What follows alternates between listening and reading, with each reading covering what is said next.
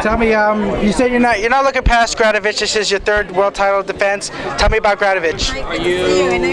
Like I said to you, you know, the guy has a undefeated 15-0 record. He's worked extremely hard to get to this point. I've been saying it, and I'll say it again.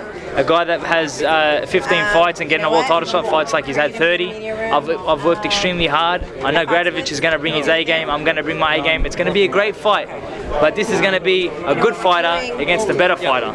So, you know, and that's the exciting thing about it. You've been working really hard for a long time now. I'm not looking past Gradovich, but I know you were calling out Chris John for a long time.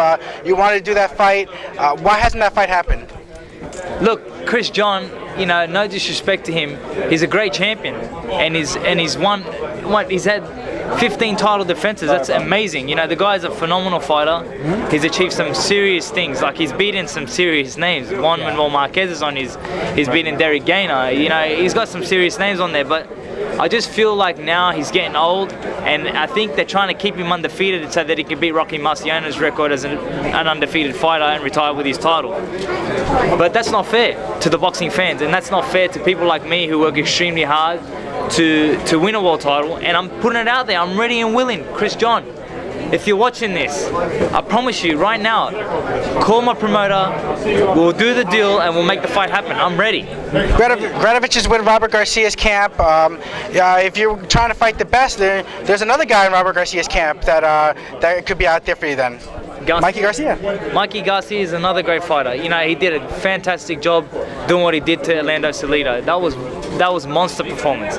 You know, and I like Mikey. You know, and we can definitely do that too. Listen, like I said to you, you got to give the fans the exciting fights. You're gonna win some, you're gonna lose some. But I know for a fact that I'm the best featherweight in the world. I got the best talent. Listen, I got arrows. I can keep pulling arrows out all day. You know, like, listen, I got to box, I'll box. I got to run, well, then I got to run. You got to pull out an arrow. You know, I got to pull out an arrow, I got to do it. You got to do it, listen, that's how, you get a deck of cards and you play the card that you have to play during that fight. That's it. Now, of course, you had that long stretch. After the Loevino fight, you reinvented yourself. Got with Billy Hussein, and you really went back to the drawing board. Tell me about that, really trying to just bring yourself back from that loss to Loevino and all the work that you've done in between. What I did was, I decided to go under the radar, basically stay off TV and just fight, you know, fight as many credible people as I could. You know, I had to start believing in myself. Forget what people were saying. It didn't bother me that people were saying, oh, he's not a good fighter, he's a hoax, he's a fake. That didn't bother me. What bothered me was that I wanted to know how good I was. You know, so what I did was I went about my business, I stayed under the radar. You know, I fought a lot of guys 19-1, 15-0. You know, the guys with great records, some guys with bad records. But it was all experience leading to the point where I fought Jorge La Cierva for the world title. La Cierva was the favorite to beat me, couldn't win a round. My next title defense, I fought a guy that's 30-0, stopped him in one round with a body shot. Then I fight Eduardo Escobedo. People still don't give me my respect. They say, oh, Escobedo is going to stop him.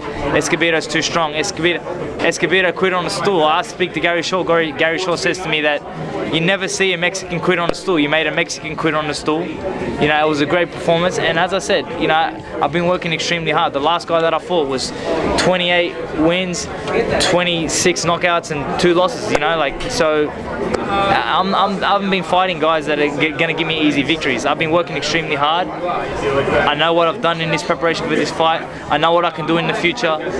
Each fight is another stepping stone to a bigger platform, and that's what I'm really looking forward to. I know you were talking about Dubai earlier. Dubai has seen incredible economic growth, has the world's largest building, I believe, right now. I mean, talk to me about that. How realistic is that to fight in Dubai and do a big event there?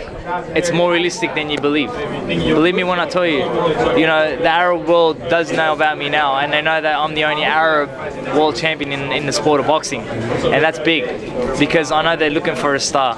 You know, and as you know, there's a lot of rich people in Dubai, and a lot of the sheikhs like to get behind the athletes. They love the athletes. They just love to be around it. So when you got Billy Dib and 50 Cent and the team traveling over, you know, that builds a lot of hype. And I know that, you know, if 50 Cent does a performance over there by himself, he's going to get 10, 15,000 people just by himself.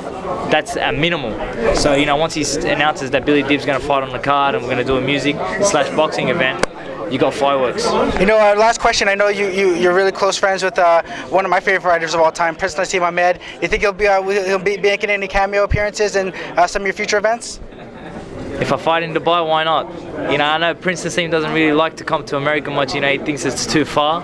But if I box in England, definitely he's going to be there. And if I box in Dubai, I'm guessing that he'll definitely be there also.